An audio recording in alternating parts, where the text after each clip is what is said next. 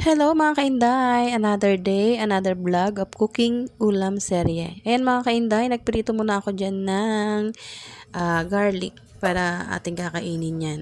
Prito-prito muna, mekos-mekos muna tayo.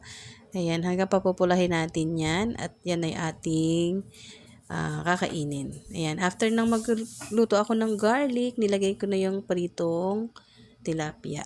Magtitilapia tayo dyan.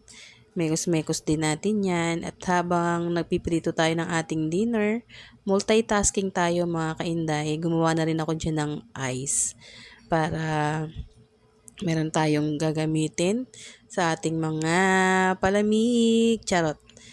Yan na guys. Mekos-mekos lang tayo. Habang hinihintay nating maluto ang ating simpleng dinner. Yung ating tilapia lang.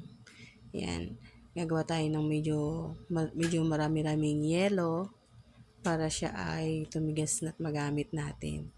Yan ang mga kainday. At gagawa tayo dyan ng ating sausawan na toyo na may kalamansi. Ayan, lalagay na natin yan sa ating ref. Ayan, at bibilingin na rin natin ang ating tilapia kasi malutong na yung kabila niyan mga kainday. Medyo mahirap ang ating pag pinagpirituhan kasi hindi siya sticky.